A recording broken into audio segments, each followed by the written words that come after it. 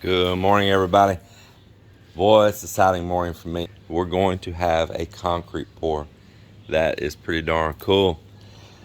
So the guys will be here in a few minutes and we'll start getting everything organized. And the first thing we're going to do is make sure we got enough Portland on hand to complete the job all the way through.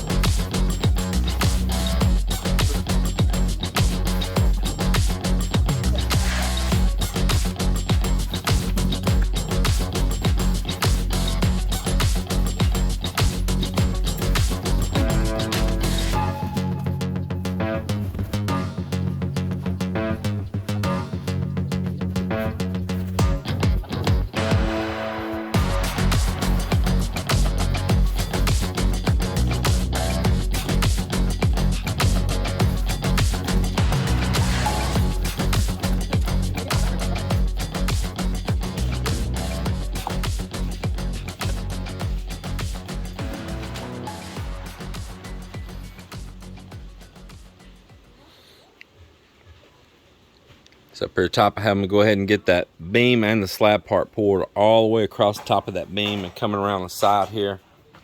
And then we're closing it in towards the middle here now. And that way if we stop, like they got to stop for lunch just for a little bit. This concrete's pretty wet. It's shaded here where we're at, so it's don't have the sun setting it real quick. So it'll go together without a cold joint. But if you end up with a cold joint, you're not ending up in your structural beam. And the least amount of your load is out in the middle right here. So none of this has much of a load on it because this is tied into an existing beam all the way around over there to the side. So there's not much of a worry on this slab right here for anything. It's not a very wide span. So it's all going to be pretty good. Man, I'm just happy to be getting this though. Well, it's just after lunchtime. The guys just like a little bit finishing up to pour that slab upstairs. And me, I'm thinking about putting these light fixtures up right here. We got the wires pulled for them, go on each side of the garage here. And I shipped those lights, some of you remember, a long while back from the US in a ballot buying box. Let me show them to you here. This is them right here. Of course, I'm a Texan, and these are called Laredo for Laredo, Texas. And this is the light fixture right here.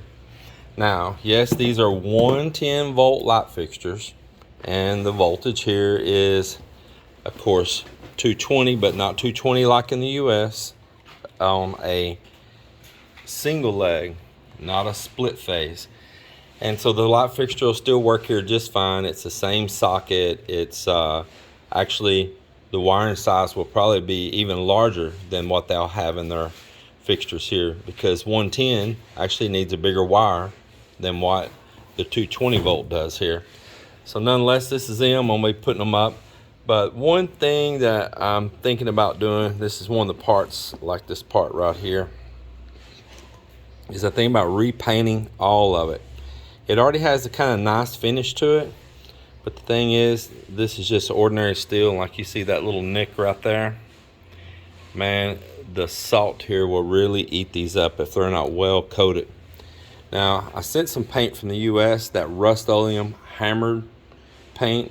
I like the looks of it. And it's gonna be a little different texture than this is in color. It's supposed to be black, but it gets a little bit of a grayish to it, like a hammer metal. But I like it, and I sent that to paint these with. Here's the actual light fixture itself. I think these are going to look great up there. Cap, you gonna be my assistant here, man? Cap's gonna kind of hold that there, man. I think those are gonna look great on there, man. Absolutely. Of course, they ain't gonna have that white packing inside that you see there right now, but yeah, man, I think those are gonna be great. But you see, there's just places they didn't paint it good. You see it down underneath there? And right there.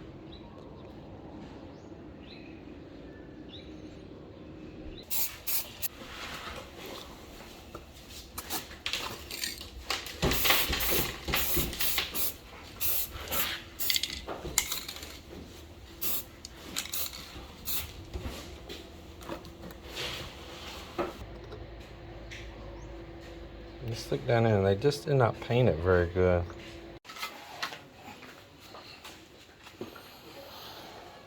It's getting there. Not much left.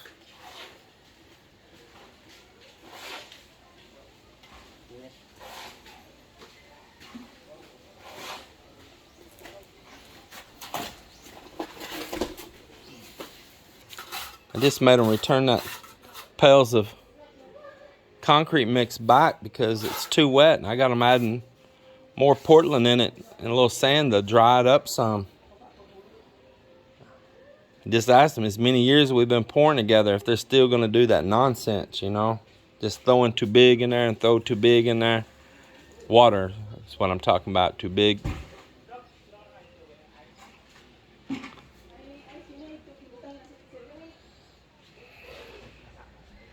This never changes.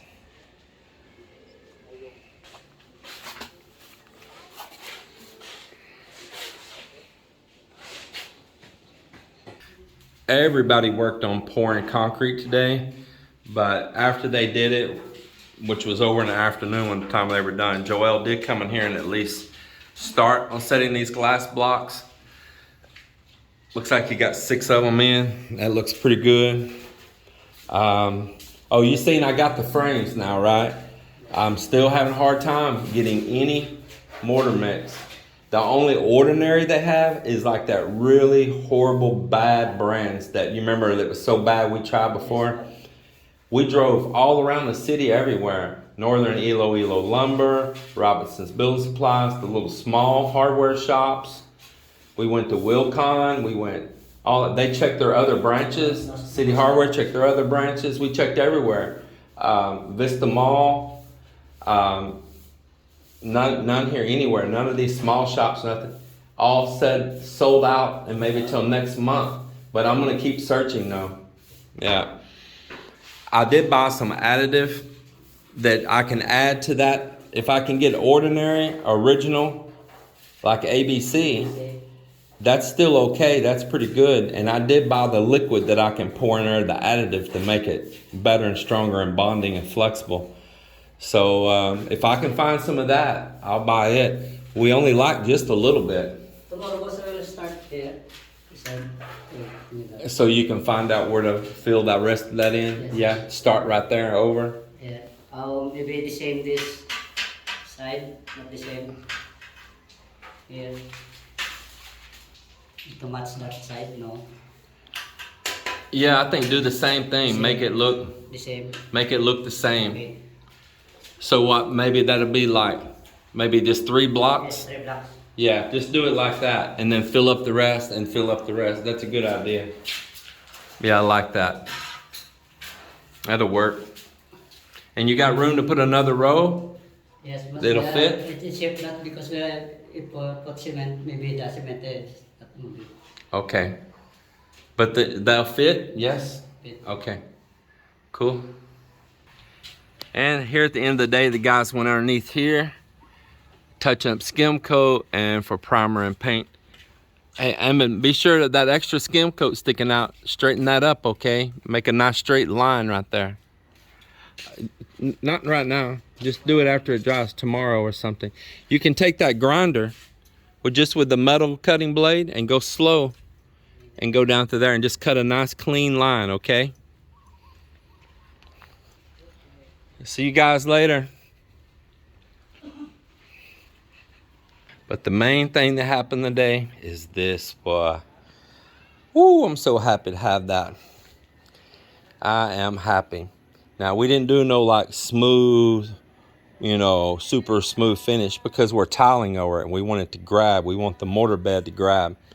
So we left the kind of rough finish on it. So that's what we want. Man, I am just ecstatic that this is here. This changes everything. Now we can fully utilize the bar. Now we can finish the stonework on the bar. We can finish the tile across the front of the bar. We can finish the little wall going out over there to the side. Stonework on it. We can do the little canopy, little roof that I was going to do up here off of these columns. We've had the material sitting here for it. It's a game changer. It absolutely is. Man, I'm so happy for that. Now we'll have where it comes up on each side and we can tie in railings. It is a game changer. And I always enjoy working with them. And I think they had a lot of fun on this project. It was something they really enjoyed doing, and they all worked together on one project. There's a lot of camaraderie goes with that, you know. So it's pretty cool, pretty cool. Everybody, I sure do appreciate you watching our videos and always supporting us and being so kind.